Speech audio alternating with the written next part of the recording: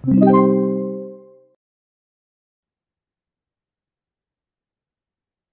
so let's start. Situation one, a 6 meter by 4 meter combined footing is shown on the figure. You're given the dimensions of A, B, C, D, E, and W. So, lagyan natin. So, A is 0.4. B is also 0.4. C is 3.5. D is 0.4. And then E is 1.3. Okay, and then W is 4 meters. So you're given the column dimension. So as you can see, square yung column, no? So 0.4 by 0.4.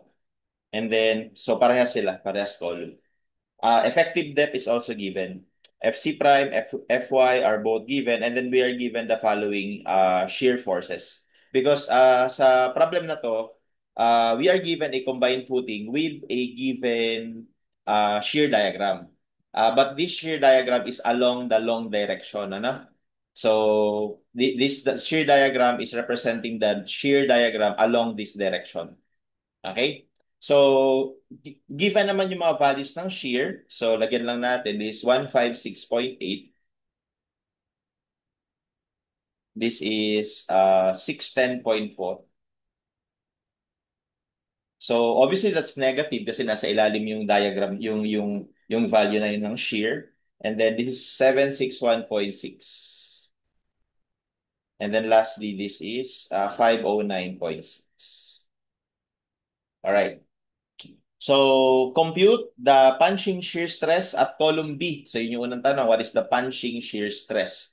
So, ang normal, no, yung usual na na-encounter natin is in order for us to calculate the punching shear stress, kailangan natin nung forces dun sa column at saka dun sa soil pressure, no? Yung effective soil pressure or yung ultimate bearing soil bearing pressure. However, for this problem, ang kakaiba dito ay ang binigay sa atin is shear diagram rather than the forces. Kaya dito, pinapagawa sa atin ay pinapa-resolve, kumaga pinapa-backsolve yung mga forces acting on the combined footing. No? So, ganun yung gagawin natin dito. Unang-una, it is possible for our soil pressure to be triangular or trapezoidal, no? Especially kung merong eccentricity yung mga forces. However, it is worth noting that because our shear diagram is of first degree, no? Ibig sabihin linear lang lahat, no? First degree lang 'yan. Okay, so first degree. So that means we are expecting that the loading, no, yung loading or yung bearing pressure would be uniform. If you recall from our shear and moment diagram na idea or concept, di ba? Kapag yung degree ng shear diagram ay manggagaling sa load diagram, sa loadings. So magiging first degree yung shear diagram kapag yung load diagram mo ay 0 degree or ibig sabihin uniform. So from there, from that concept pa lang, alam na natin dapat na yung soil pressure dito will be uniform. Okay? Pero actually guys, nung lumabas ito sa board exam, given yung soil pressure, given yung QU,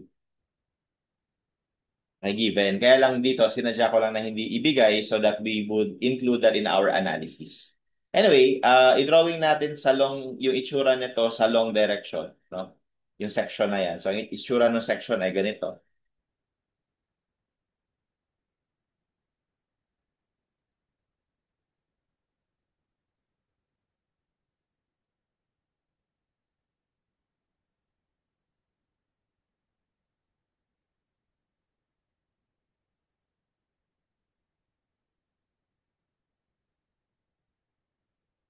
Ayan. So, yan yung combined footing natin. Okay? So, ito ngayon yung ina-expect natin na soil pressure. Kaya again, alam na natin na linear, na uniform ito dahil dun sa itsura ng shear diagram. So, hindi lang natin alam sa ngayon anong value niya. Okay? And then, syempre, meron din ditong sort of reaction from the column. So, gawin muna natin in the form of a uniformly distributed load. dun sa 0.4 na length. Okay? So to compute for QU, actually pwede natin siya makompute from the shear diagram dahil 'di ba para makuha natin itong shear na to, basically kukumputin mo from here zero, 'di ba? Drawing mo yung shear diagram, no? So zero. And then dahil meron kang loading na pataas, so magkakaroon tayo ng upward na value ng shear or positive value ng shear. And dito nga, ito yung value niya. So yung QU na to multiplied by this length, dapat equal yun sa 156.8. So doon na lang, no? Ganun na lang natin gawin. So parang lumalabas ngayon kapag nag-method of section ako dito, dyan,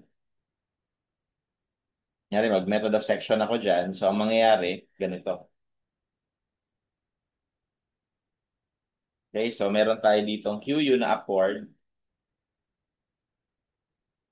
Okay, tapos yun lang, no? Tapos meron tayo ditong shear force. Okay, and this is equivalent to 1, V1, na 156.8. So para ma-compute natin yung QU, we will just take summation of forces Y. So we will have QU times, nga pala yung length nito ay 0.4. Okay, times 4 is equal to 156.8. And from here, we can solve for QU.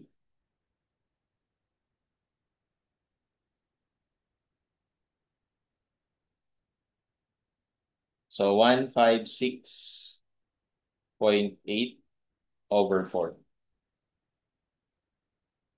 Okay, so that gives us 39.2. Ay, sorry, 0.4 pala.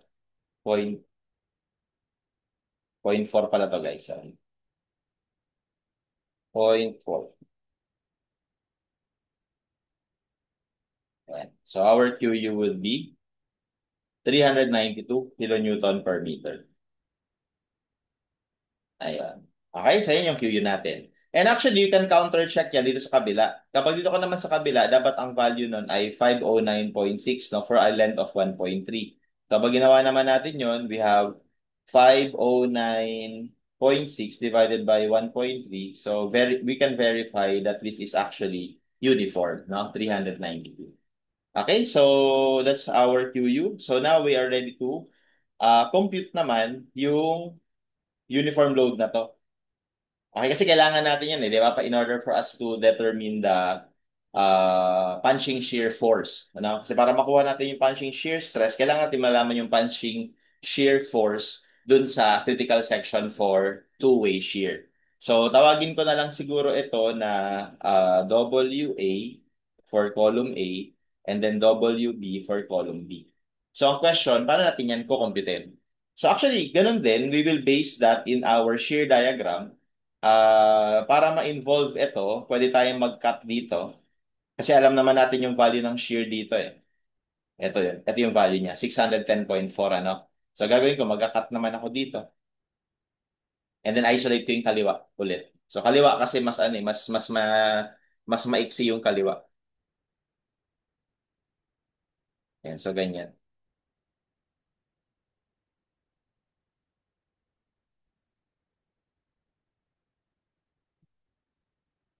Okay, so this is WA. And then this is already known to be 392. And then in terms of length, we know that this is 0.4 and ito rin. So actually parehas lang to 0.4. Ayan. Okay? So once again, taking summation of forces y equal to 0, we have 392 times 0.8 upward minus WA. And by the way, lagay ko lang ano, yung naging shear force dito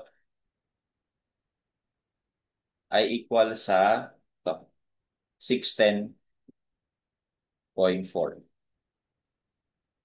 Okay? So therefore, ito,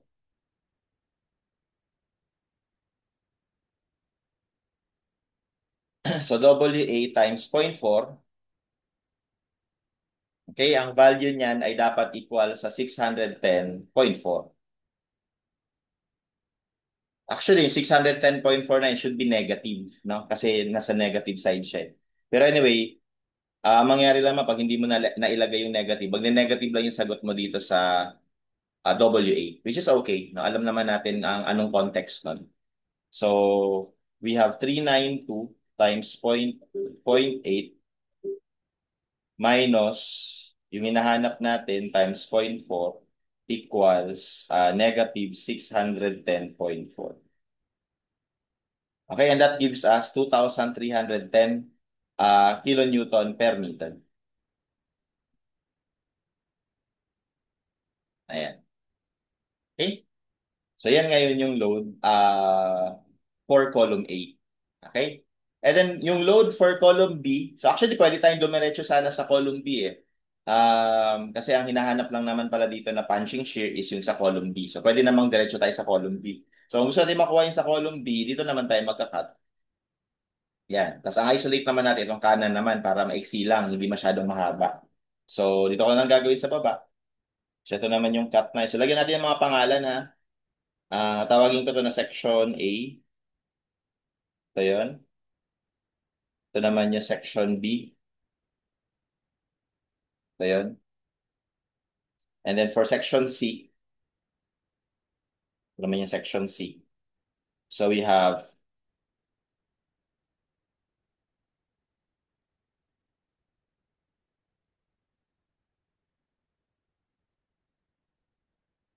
okay, so this is our WB.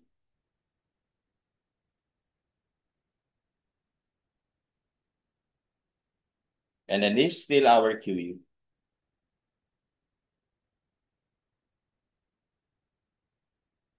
Okay, and then yung shear dito sa kanan, okay, ito 509.6.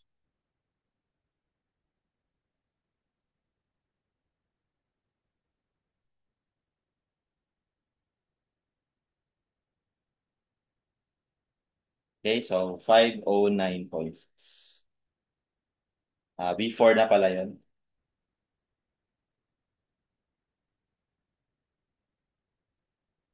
Okay, so once again, kapag nag-summation of forces tayo, dapat equal yan sa shear force, di ba? So we have 392 times yung mga length ka pala, this is 0.4, this is 1.3. So the total length for the QU is 1.7. Okay, tapos minus WB, which is yun yung unknown, times 0.4, should be equal to 509.6. So WB is equal to,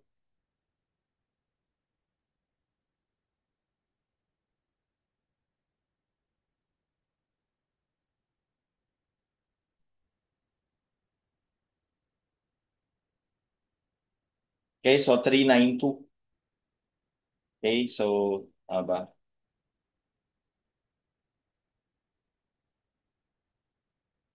Okay, so 392 kilonewton per meter.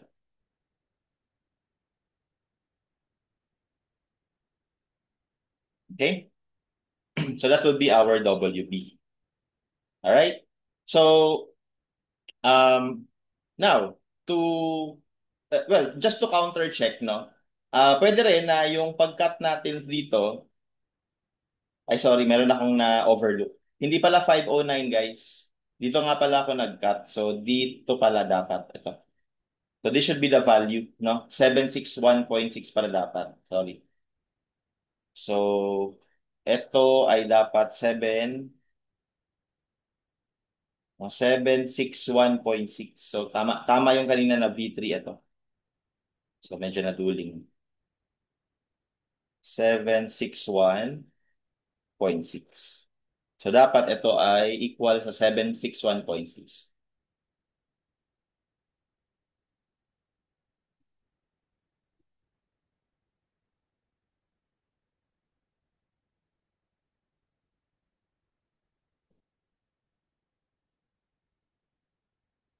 Okay, so like I said, no, negative kasi um, dapat ang value nito is negative kasi kapag galing ka sa right side, magbabaliktad yung sign.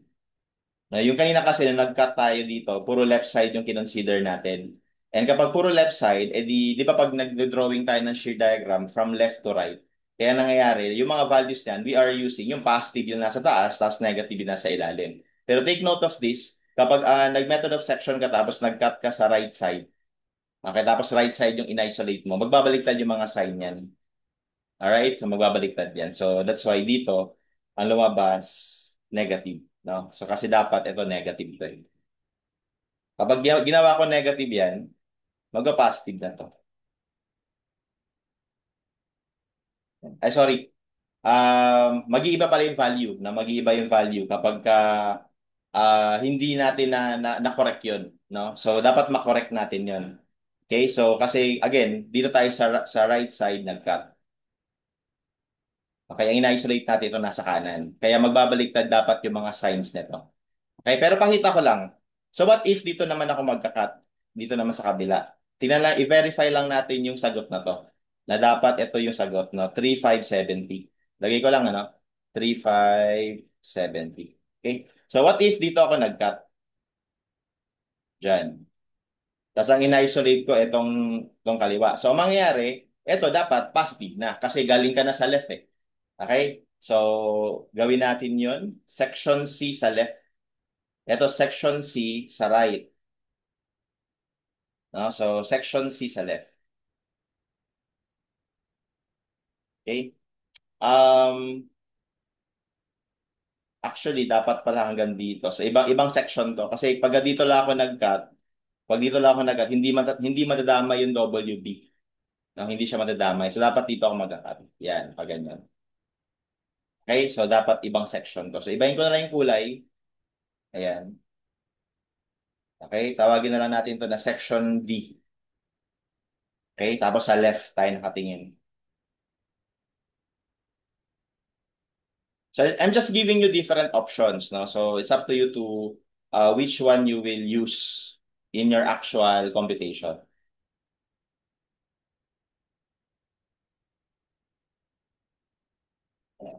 Okay, so dapat magparehas.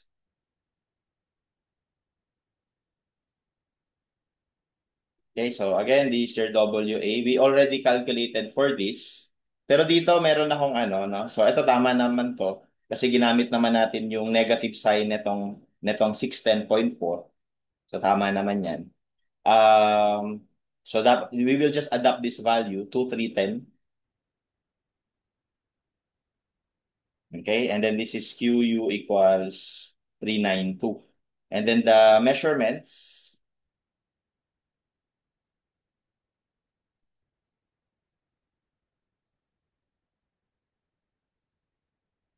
this is 0.4, 0.4, 3.5 ata to. Ayan, 3.5 tapos 0.4. Ayan. Okay? So, yung shear force dito sa right side ay ito, 509.6. Negative, no?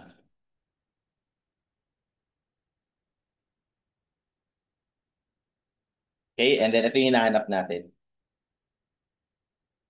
WB.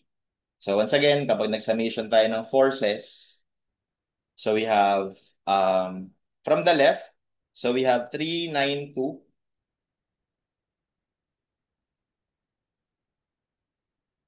392 times yung length nito, total length nito. So 0.4 na tatlo, 0.4 na tatlo plus 3.5. So that's 4.7. Okay, so 4.7 minus yung WA, 2310 times 0.4 minus yung WB times 0.4 ay dapat equal sa negative 509.6. So verify lang natin. So 4.7 minus 2310 times 0.4 minus WB times 0.4 equals negative 509.6. Okay, so as you can see, we have the same value. Ayan. So, we have to be aware of those conventions. Okay? So, again, kapag ka nag-method of section ka, tapos ang kino-consider mo na section ay sa kaliwa, you will just follow exactly yung mga signs ng mga shear forces. Pero kapag nag-cut ka, tapos sa kanan ka tumingin, no? Kasi magbabaliktad magiging mirror So, magbabaliktad din yung pag-compute natin magbabaliktad din yung mga sign conventions natin. So, ang mangyayari ngayon, eto, magiging positive. Plus ito, magiging negative. Okay, ganun yung nangyayari. Alright? So, anyway, nakuha na natin WB. And meron pa pala ibang way para makuha yung WB. Actually, kung nakuha mo na nga yung WA nung umpisa, di ba, nakuha mo na nga to, pwede ka na mag-summation of forces dito sa buong structure na to. Okay, at gawin ko rin yun, ha? So, sa buong structure, pwede na tayo mag-summation of forces. So, bali, WA downward. So, 2, 3, 10 downward. So, times 0.4, no? Downward, so negative. Tapos yung WB downward din. WB times 0.4. Tapos plus yung upward 392, no? Times buong length niyan ay 6 equals 0 dapat. And the value nga is 3570. Ayan. So yun na yung magiging uniform load acting on column B. So ngayon, para makuha natin yung punching shear stress, we will need to know that the critical section for punching shear is D over 2 distance from the face of the column. D over 2. So, ibig sabihin D over 2 dito, D over 2 dito, D over 2, and so on. Diba? So, mangyayari, etong length na to will just be the column dimension plus effective depth. No? Ganon din itong dimension na to. Column dimension plus effective depth. So, ibig sabihin, kung ang effective depth ay 500 mm or 0.5 meter, tapos yung column dimension natin ay 400 by 400 or 0.4, then this would be 0.9. No, parehas yan, 0.9. So, kunin na natin yung section na to. Yan yung critical section. So, dito guys, mas maganda kunin na lang yung etong nasa loob. Ito na yung kunin natin kaysa yung sa labas. Kasi meron pa ditong column Medyo nakakalito. 'Di ba sanay tayo pagka isolated footing. 'Di ba ganyan lang yung footing mo. Yung itong nasa labas yung kino-consider natin kasi ang mangyayari lang diyan, yung QU i-multiply mo dun sa area na to minus area na to. 'Di ba? Mas madali. Pero ngayon, I think mas madali kung ito mismo kasi again, combined footing siya. Meron pa kapang column sa kabila. Okay, so anyway, kunin natin yung slice na yon. So isolate natin. So ito yung column natin. Yan. Tapos ito kunyari yung na-crack na part ng footing. Ayan.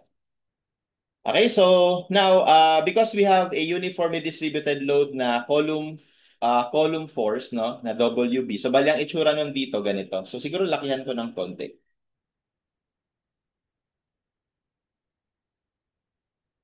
Kaya natin ng konti. Ayan. So, ang itsura nung na-solve natin, guys, ganito yun. Ayan. Ganyan siya. Okay? Tapos, ito ngayon yung QU natin.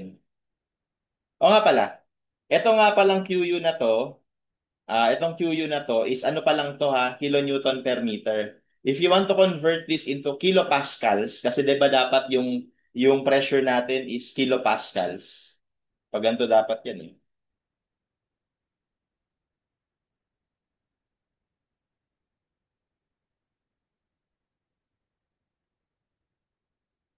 Diba? Pag ganyan dapat siya, no? So yung QU na yun in kilopascals, we can just simply convert that, yung 392 kilonewton per meter. Kumbaga, i-distribute lang natin siya sa buong area. Kasi ang nangyayari dito, eto, naka-ano siya, naka per length in that direction, naka per meter in this direction. Pero in this direction, our full length is actually 4 meters. So that means, para maging kilopascal to, di-divide pa natin yan, itong length na to. Okay, so divide natin. Dito ko na lang gawin kasi kanina ginamit na natin siya sa analysis. So dito ko na lang gawin. So di-divide lang natin ng width na 4 meters para ma-convert siya sa kilopascals. So 392 over 4. So that gives us 90. So ito yung sinasabi ko na given sa board exam. Sa board exam, given to. Okay, kaya hindi mo kailangan computein. Na? But anyway, so na-compute na rin naman natin, so no problem. So yun yung QU natin. So and then dito, we can also convert this into a concentrated force. Kasi di ba normally sanay tayo concentrated force yun nandito eh. PUB. Okay, and simple lang, to compute for PUB, edi since alam naman natin na ito ay WB, so uniform load yan, so multiply lang natin siya nung length, or kukunin lang natin basically itong area na to, which is WB times yung length na to, which is ano, 0.4. Di ba, 0.4 yan. Okay, so therefore we have WB, which is 3,570 times 0.4. And that should give us the column load. And that is 1428 kilonewtons. Okay? So now we are ready to compute the shear acting in this particular section. Ayan. So yung shear force acting there, so kunwari yun, VU, no? Will just be the difference, or if you, to solve this, you will just need to take summation of forces. So bali yung resultant nito, R, no? And if you take summation of forces, y equal to 0, we will have PUB, pababa, tapos plus R, tapos assume ko lang na pataas yung VU, equal to 0. So this is negative 1428 plus ano yung R? So R is actually QU, itong QU na to, multiplied by this area, yung area sa ilalim. Which is, ang dimension kasi nito, we know that 0.9 to. Dito ko na lang lagay sa taas para hindi magulo. 0.9 to. Diba? So, we have 98 kilopascals times 0.9 squared plus VU equals 0. So, therefore, VU can now be calculated.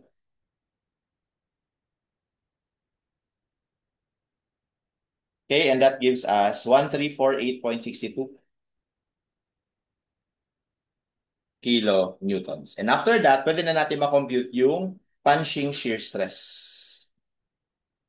Okay, and ang sabi niya, calculate the punching shear stress. So wala siyang sinabi kung nominal or ultimate. No, pero tandaan niyo to guys, basta binigay sa board exam yung strength reduction factor, tapos wala siyang sinabi, ang lagi nating gagawin is nominal. Madalas diyan nagkakalituhan eh, no? Ano ba talaga? Nominal yan or ultimate? So wala naman siya sinabi, pero binigay niya kasi to. So ibig sabihin papagamit sa atin. Parang ganun yung idea, no? Baka nakalimutan niya nang sabihin, no? Pero since binigay naman yun, so malamang nominal yung ibig niya sabihin diyan, no? At saka pag sinabi lang kasi by default na punching shear stress, parang ang ibig sabihin niya dito is yung ano talaga theoretical shear stress, which is ito nga yung theoretical. Yung ultimate kasi is factored na yon. Yun yung pinagkaiba, no? So anyway, therefore our punching shear stress will be calculated as VU over phi. So nominal, no? Nominal yung kukunin. BOD. So yung BO again is yung length ng crank, no?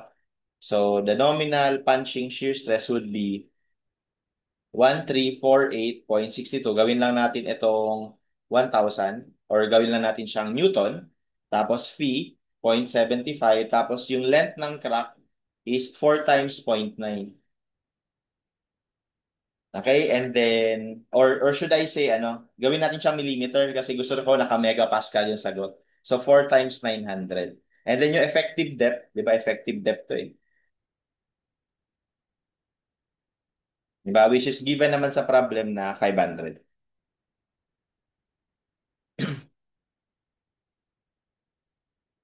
Okay, so our nominal punching shear stress is equal to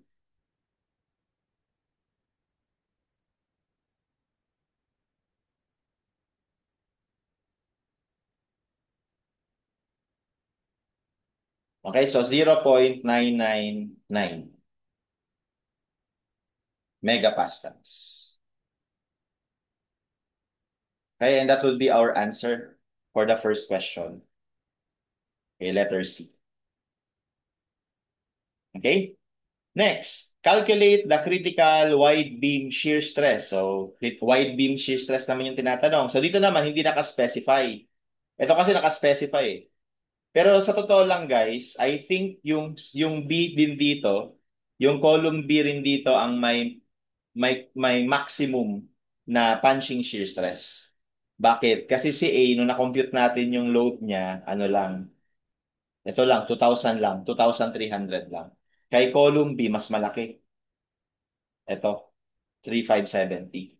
Kaya kahit na hindi niya i-specify dito sa number 1, kung aling column yung tinutukoy, so ang mag-govern lagi is yung may mas malaking load.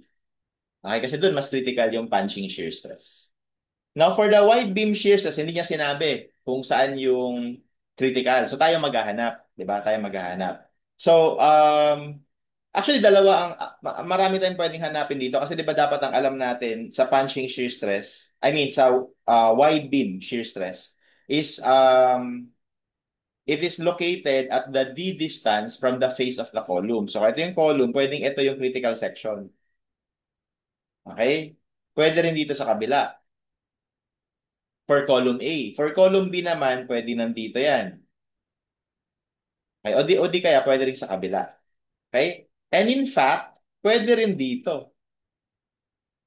Okay? Kaya lang, yun nandito, ang comment ko lang dyan, hindi yan mag-govern sa case na to. Bakit? Kasi masyadong malaki yung area, masyadong mahaba yung length. Okay? Pero kung sakali na gusto nyo tong i-consider, no? Syempre, hahanapin mo yung shear force, di ba? So guys, hindi kayo dito magre-refer ha. Kasi ito ay para sa mga ganitong section. Para sa mga ganitong section. Para sa short span na section. Yung para sa long span na section, iba rin yung shear diagram. So dito ka naman titingin, no? Dito ka titingin. Okay? Para makuha itong equivalent na shear diagram. O di kaya, pwede ka mag-method of section, pero dito ka titingin, no? Kakat ka dito. Alright, pero like I said, hindi ito mag-govern kasi nga masyadong malaki, mahaba yung area. Eh di ba para maging critical yung stress, maliit dapat yung area. So ibig sabihin, dito tayo titingin yan. No? Ito yung mga pagpipilian natin. Ito, at saka ito. Na kung i-compare natin yung apat na yon, pare-parehas lang sila na magiging area. Tama ba? Kasi yung magiging B mo, ito, yung 4 meter. Tapos yung D mo, effective depth, given naman, ito. So pare-parehas lang yung area nito, di ba? So saan sila magkakatalo, no? For number 2. For number 2, this is nominal shear strength, shear stress. Di ba ang formula is VU over phi BD. Di ba? So ito, same lang sila lahat. Pati to, no? Same na. So dito lang sila magkakatalo. So bali hahanapin na lang natin kung saan yung may mas malaking shear force.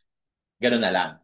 Okay? So, paano natin yun hahanapin? So, well, that's where this shear diagram will aid us, will help us.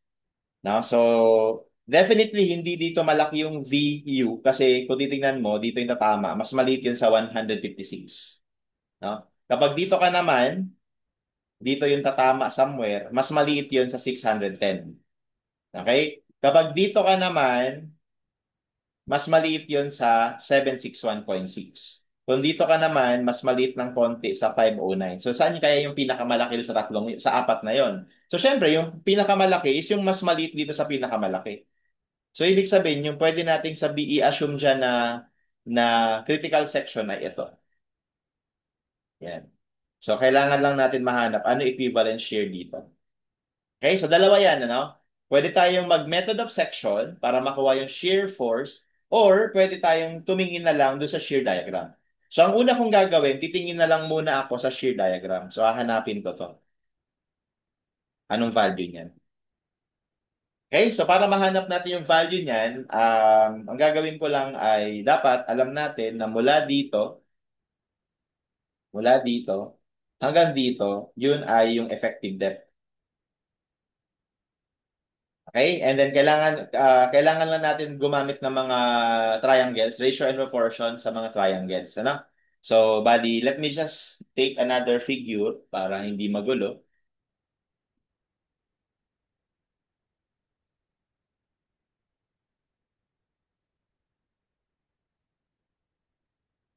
So, ganito yung mangyayari.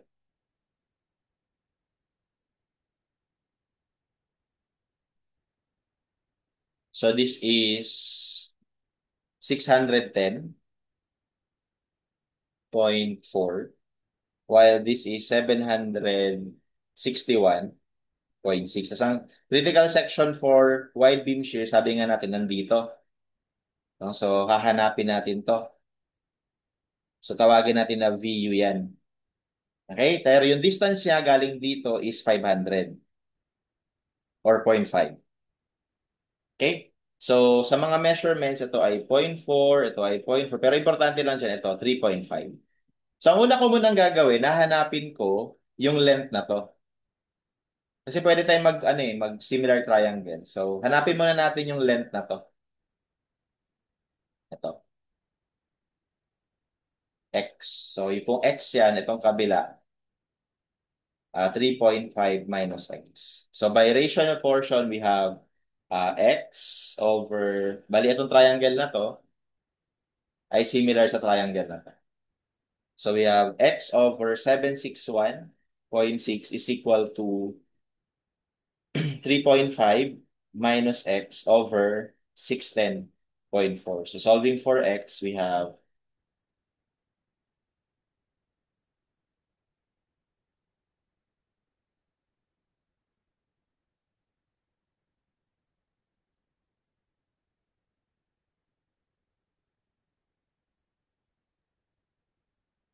yun yung distance, 1.94, no? 1.942 meter. Okay? So store ko lang yun sa calculator. Again din dito, no? So ngayon na alam na natin yung x, ang next natin na gawin is itong ratio proportion naman ito. Ito at saka to. So yung length nito ay x minus 0.5.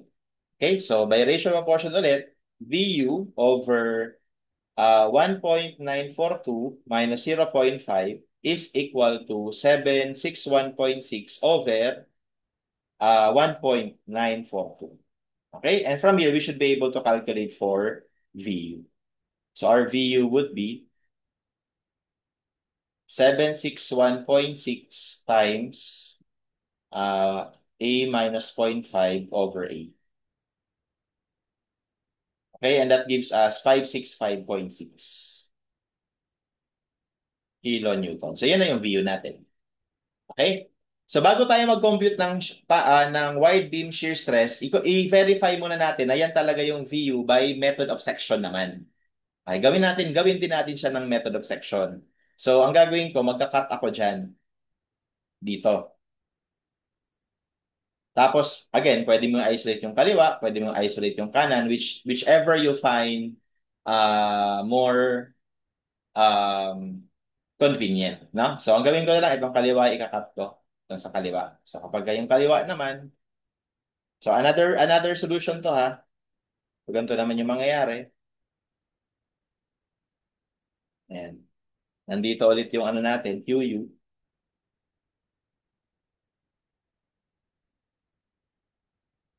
Okay, 392. Tapos nandito yung WA natin na 2,310.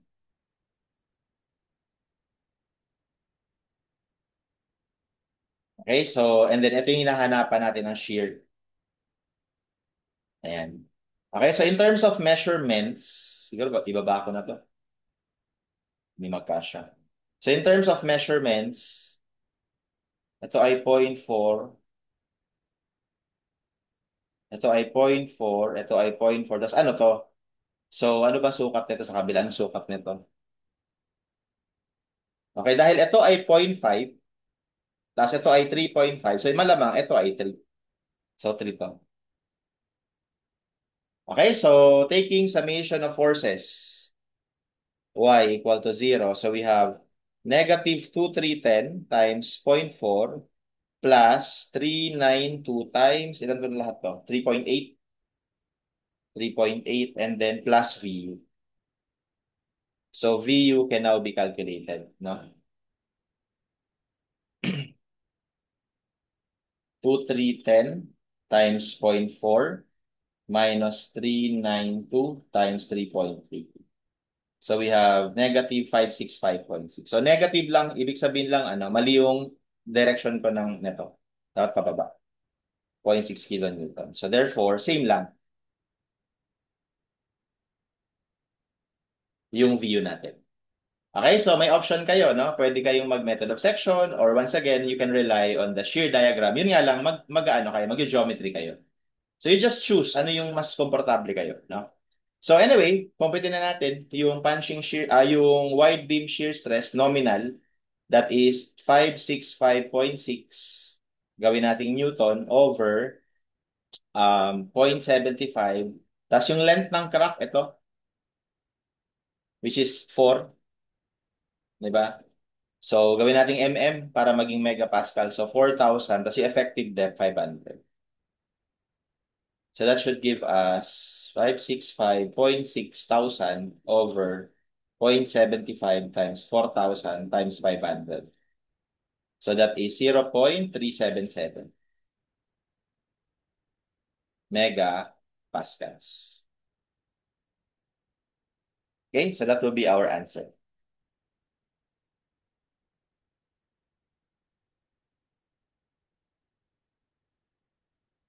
Next, calculate the number of 20 bars parallel to the length of the footing within length E. So parallel to that. So tinutukoy niya dito na length, guys. Itong length na to. Okay, tapos ano daw, within the length E, so within dito. So pinapadesign yung bakal dito.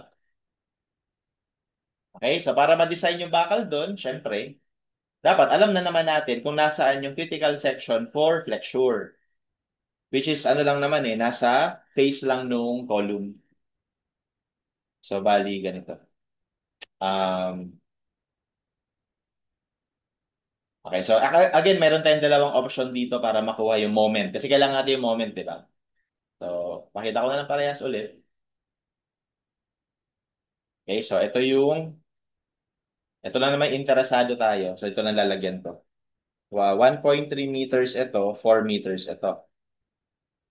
Okay? So, yung critical section for flexure ay nasa face ng column. So, bali, ito nandito. Okay? So, kailangan lang muna natin makuha yung moment dyan. No? Para ma-design natin itong beam na to. I mean, itong part na to, itong portion na to ng footing. Okay? So, parang ganito kasi mangyayari dyan. So, parang magiging beam yun di ba? Ayan. Yes, dito natin lalagay yung mga bakal.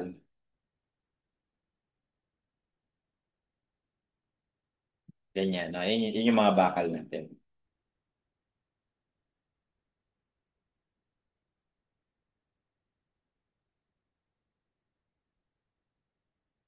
Okay, so anyway, of course, to design that, we need the moment, no? So para makuha yung moment, again, you can rely on the shear diagram. So para makuha natin yung moment dito, 'di ba? 'Di ba yung moment dito, you can just take the area, no? Area nitong actually dapat dito ka mag-uumpisa 'Di ba? Dapat dito ka mag-start. Area niyan, plus area niyan, minus area nito, plus area nito plus area nito, minus area nito, and then minus area nito. Pero dapat mag-zero. Di ba? Actually, pwede natin gawin. Frank, galing tayo dito, papunta dun. Okay, pwede naman. So, dapat galing ka sa zero, tapos yung area nito, yun yung moment na kagad dito sa point na to.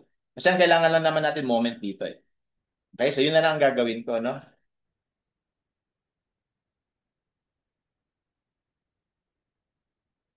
Okay. So, ganito. So, actually, dito sa right side, sure ako na itsura ng moment tayo rin. Galing dito, sa gaganon. Kaganyan. Sa kabila, huwag na natin intindihin. So, kailangan ko lang itong moment na to. Yun yung magiging MU natin. Okay, so since this is 1.3, and we know that this is 509.6, so lumalabas ngayon yung MU natin will just be area. So 1 half 509.6 times 1.3. So therefore, MU is equal to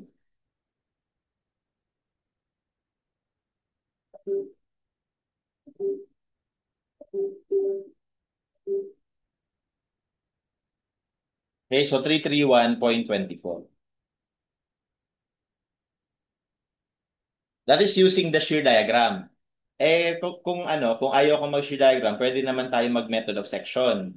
So, yun nga lang, pag nag-method of section tayo, ikakap natin, ito, dyan. Tapos, i-isolate mo yung kanan. Para mas maiksi, di ba? Pwede rin naman yung kaliwa, kaya lang ang dami. Ito tayo sa kanan. So, kapag ganyan ang gagawin natin, so, bali dito ako mag-method of section. Tawagin ko naman yung section E. No? So, sa section E, ganito naman ang itsura.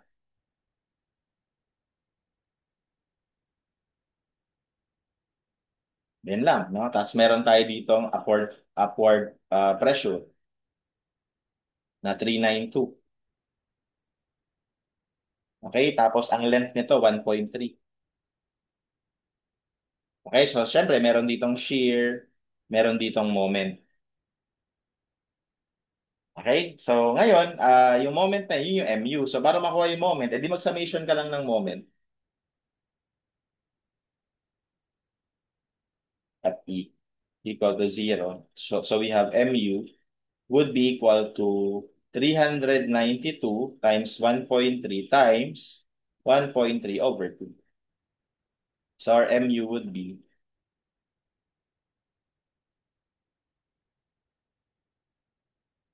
okay, so same, 331.24. Okay, basta wag lang natin kalimutan yung mga basic concepts. Okay, para hindi tayo malito. Alright, so now that we have MU, so we are now ready to design. So, di-design na natin itong beam na to. Bali, ito yung beam natin, guys, ha. Ito yung cross-section ng beam. Parang yan yung ano, ito. Yan. So, may bakal ka sa ilalim. Yan. So, ito yan. Okay? So, ito yung effective depth natin. Okay? Tapos yung B natin is yung length na to, which is ano yan, 4 meters.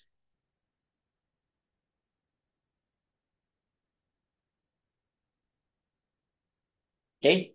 So, para ma-design, syempre, mag-ano tayo, parang singly reinforced beam na design ito. So, hanapin muna natin yung depth of compression block, A. Okay, so paano yon? So, dahil nagde-design tayo, lagi tayo mag-i-start sa MU is equal to VMN. Okay, so ang MU natin ay 331.24. As usual, convert natin sa Newton mm. Yung phi natin is matic 0.9 kasi nagde-design. Tapos yung MN natin, gagamitin kasi natin C eh. B minus A over 2. Yung C natin ay 0.85 FC prime AB. Ganyan, di ba? So, we have 0.85 FC prime. Ang given na FC prime ay 27.5. A, B, 4,000. Effective depth is 500 minus A over 2. And then again, we can solve for A. So yung style ko na lang yung gagawin ko para mabilis. Mode equation, tapos quadratic kasi dalawa yan. No? So lagi itong 0.5, lagi itong negative ng effective depth. Tapos lagi ito yung moment, 331.24 times 10 to the 6 divided by yung lahat ng coefficient dito. 0.9, 0.85, 27.5, tsaka 4,000. Ayan. So, 992 tsaka 7 points. So, of course, hindi pwede itong 992 lagpas na ng effective depth yan. So, ito lang. 7.936. So, just make sure na ito hindi lalagpas sa Amax. Kasi kapag ganun, doubly reinforce yun. Di ba? Pero check natin. Ano ba yung Amax? Di ba? 3 over 7, beta 1, effective depth. So, malaki to. So, tsaka masyadong maliit yung na-compute natin na yan. So, hindi yan lalagpas. So, para lang din masanay. So, 182.40. So, mas mababa. So, okay na. Ibig sabihin, singly reinforced yung design natin. Okay, so next, C equals T. Para ma-solve na natin area ng bakal. So, 0.85 FC prime A. So, yung A, ito na, 7.936. Tapos yung B, 4,000. Equals AS FY, 413. So, AS is equal to,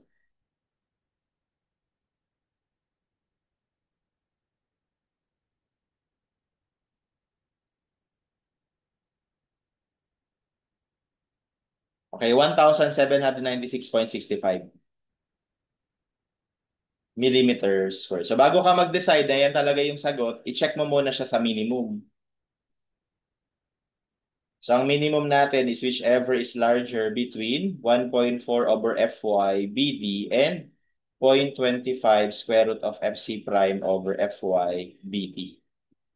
Okay, so eto, kapag kinompute,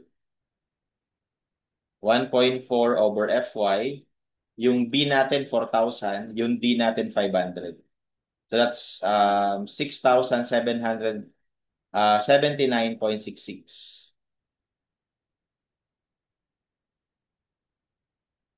Tapos ito,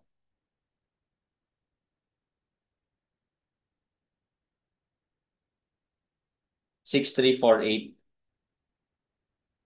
So ito yung mag-govern. Okay? So ibig sabihin, yung nakuha natin mas mababa sa minimum.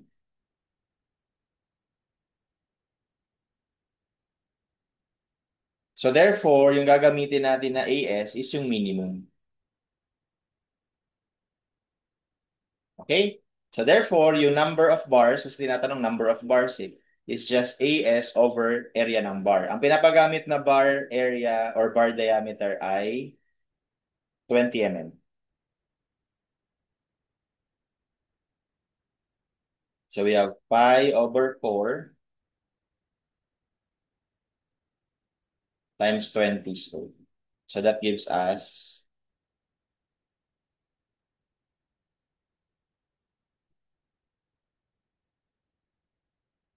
okay, so 21.58.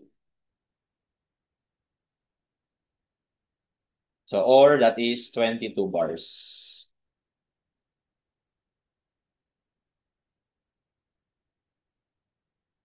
And that's letter D. Okay, so that's how we solve this problem.